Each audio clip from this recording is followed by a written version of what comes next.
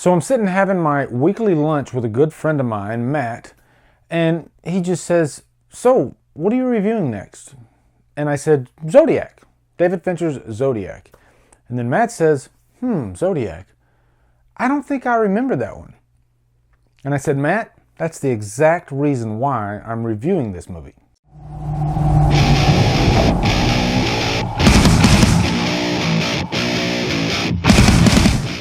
Zodiac stars Jake Gyllenhaal, Robert Downey Jr., Anthony Edwards, Mark Ruffalo, and is directed by David Fincher. What's up, guys? Welcome to another review for one of my favorite movies, actually.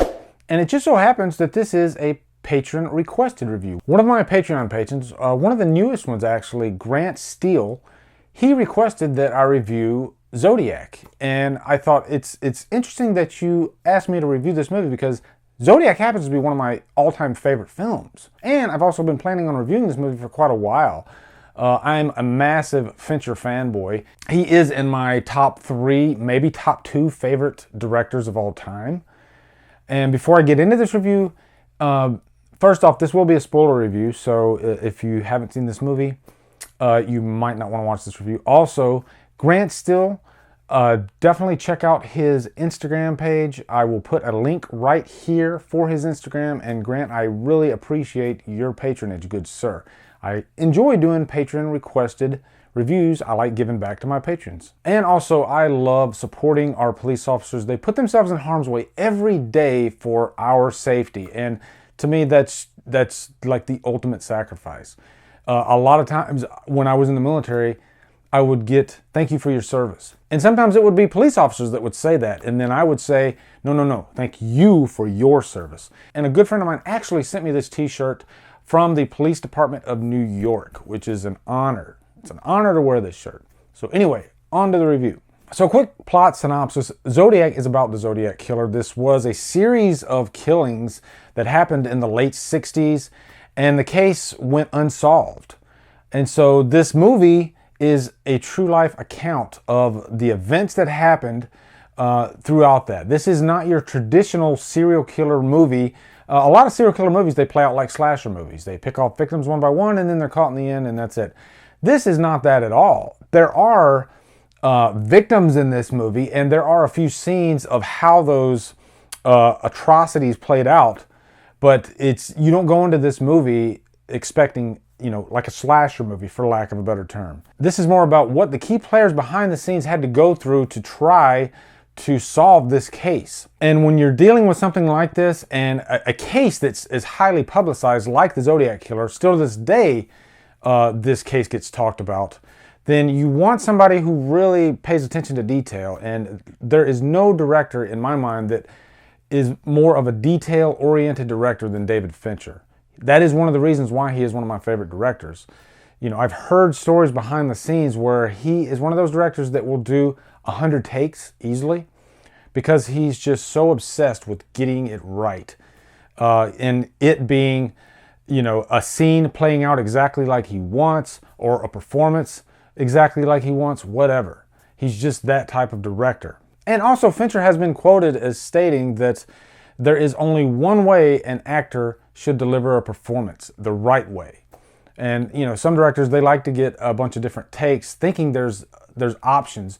But Fincher, no, he has a vision in his mind, and he will not stop until he gets that exact performance that he's looking for, because he looks at films like a puzzle almost. Everything is a piece of a puzzle, and it has to be put together perfectly. And that's why his movies are so great, and that's also why he will sometimes go 4 or 5 years without putting out a movie. He's just that OCD. But Zodiac is one of my favorite films. It's one of those few films that I watch every year. Movies like Pulp Fiction, movies like Goodfellas, movies like Halloween. These are movies that I consider my must-watch movies. Gladiator, that's another example. Zodiac is also in that list. And Zodiac's interesting to me because a lot of people that I talk to about this movie, like my friend Matt in the intro, a lot of times people forget about Zodiac. It gets swept under the rug. And I think a reason for that is because of David Fincher's 2 big movies, Fight Club and Seven.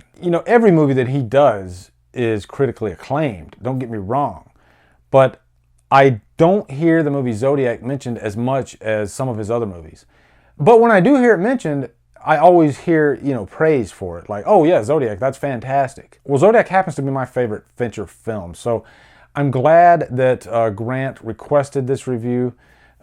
Finally, I get to talk about this movie because to me, it's perfection. And it's interesting that I would say perfection because I think there are very few films that, in my mind, every single scene is there for a reason, is perfect, leads to the next scene.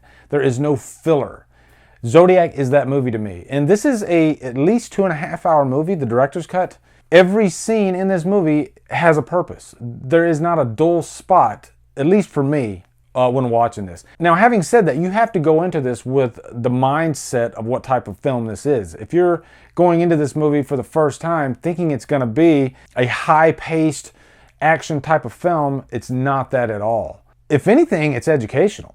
A big thing I love about it is how it highlights the limitations that we had from a technological standpoint back in the 60s. And that's a major reason why this case was never solved. Because we didn't have DNA evidence. We didn't have computers like we have them today. A case like this today would be solved pretty quickly, actually. So this movie really is about that struggle. It's about all these characters trying to figure out this case, coming so close to solving it, but unfortunately, because of a lack of evidence, they weren't able to do that. Now, first let's start off with the characters. The characters in this movie are so well fleshed out. Some of my favorite characters on screen that I've ever seen, honestly. We'll start with Jake Gyllenhaal, who plays Robert Graysmith. Robert Graysmith is the guy who wrote the book about Zodiac, the Zodiac Killer. And in the midst of all these murders that were going on, he was just an artist that worked for the newspaper, the Chronicle. The heavy hitters behind the scenes were heavy hitters like Paul Avery, played by Robert Downey Jr. The entire workforce of the Chronicle were working day and night trying to solve this case, and with no luck. And they had pretty much given up. And then comes this guy, Robert Graysmith, who is just obsessed with the case. So obsessed that it cost him his marriage. And I think we can relate to this character because a lot of us, especially movie lovers, we can become obsessive about things, especially horror fans. Robert Graysmith was like that, and I think that's why I latched onto him so much. He just had this addiction to this case, looking at it as like a puzzle. And so he spent so much time trying to solve it that it almost drove him crazy. But because he was so tenacious about it, he was the real reason why they got so close to solving the case. And next up, Paul Avery, played by Robert Downey Jr. He was a reporter for the San Francisco Chronicle. And this was another type of character. Very eccentric, and I don't think you could have any other actor play him like Robert Downey Jr. did. This was pre-Iron Man, by the way. This was in a time where Robert Downey Jr. wasn't taken that seriously because of all his personal problems, because of all his problems with drugs. But David Fincher, looked past that and said, hey, this is a great actor. Let's hire him for this part. And Robert Downey Jr. is probably my favorite part of this movie from an acting standpoint. I don't know if he was nominated for anything, but to me, this was an Oscar-worthy performance. He steals every scene, and to me, he's kind of the comic relief of the movie because there are some dark comedy elements throughout this. There was a few times where I found myself chuckling. And most of the time, it involved Robert Downey Jr., especially the relationship between him and Robert Graysmith, because they were just two completely different type of people. Does anyone ever call me names? Or... You mean like retard? Yeah. No. But for some reason, Paul Avery just was constantly interested in Robert Graysmith because he was eccentric in his own way. And next up, the two police officers that were like the key players to this case, played by Mark Ruffalo and Anthony Edwards. To me, they're like the meat and potatoes of the hunt for the Zodiac Killer. They're kind of the glue from case to case. There's three major cases that play out in this movie, three major murders. And these detectives, they are kind of our guide through this case. And you can see how they just constantly go crazy through this thing because they cannot solve the case. They get so close just to have the rug swept out from under them. And, you know, they just get frustrated. You can tell that it just almost destroys their lives. Mark Ruffalo plays Dave Toschi, who got quite a bit of notoriety from this. As a matter of fact, the character Bullet, played by Steve McQueen, was based on him, actually. And the movie Dirty Harry was based on the actual Zodiac killer. But David Fincher pays attention to details.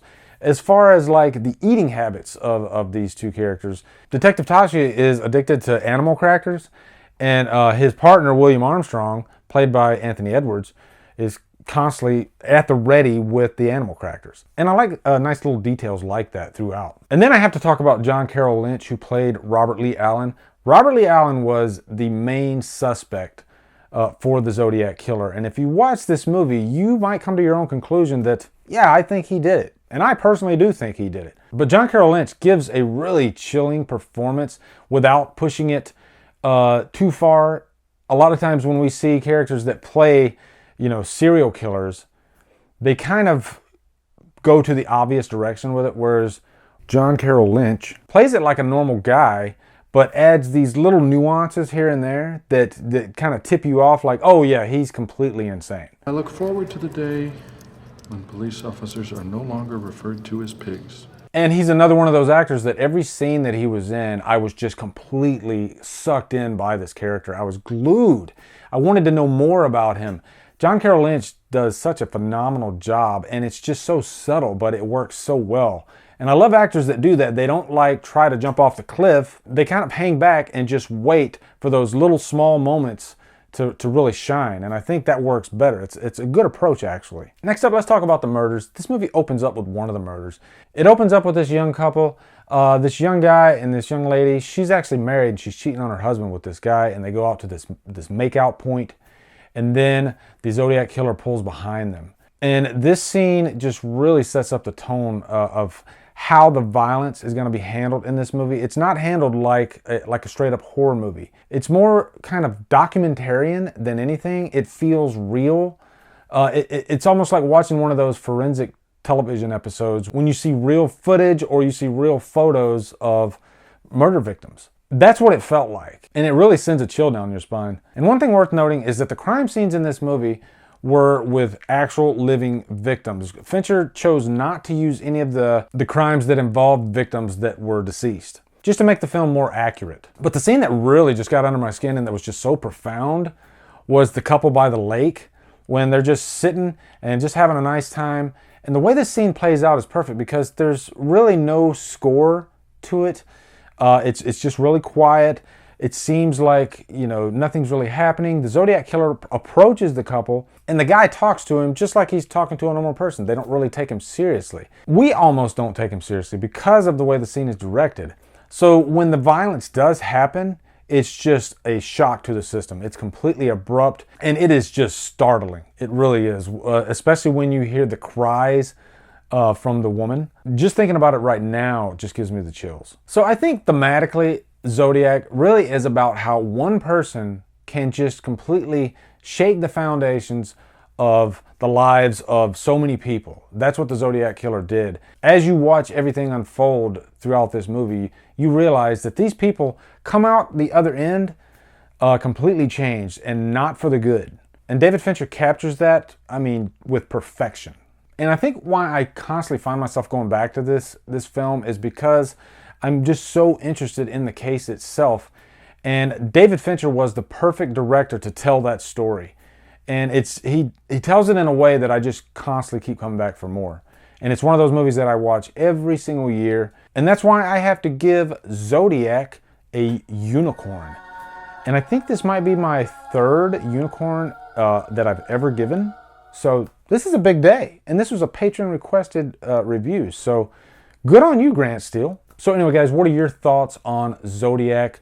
Post down in the comments, let me know. And also, what is your favorite David Fincher film? The guy has made so many great ones. And I'm looking forward to actually talking about some more of his films, because to me, he's got so many movies that I consider like 5 out of 5 films.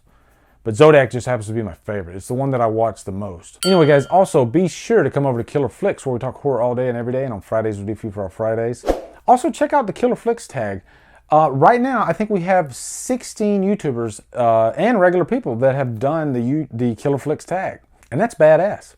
If you haven't done the Killer Flicks tag, do it and make sure you link me and I'll put it in the playlist. And it's a great way to support small YouTubers with this movement that's going on right now. Save HorrorTube. I like to help out in any way that I can, and Killer Flicks gives me an avenue to do that.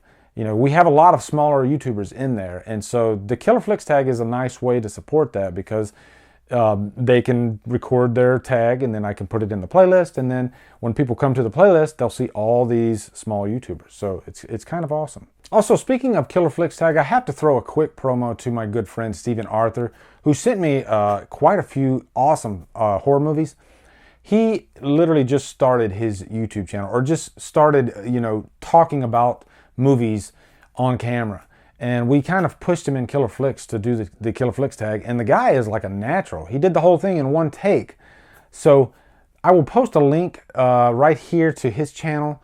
I'll just post a link to the tag so that way you can check it out. But definitely throw him a sub. And he's just one of the most charismatic guys you could ever meet. And one of the nicest guys.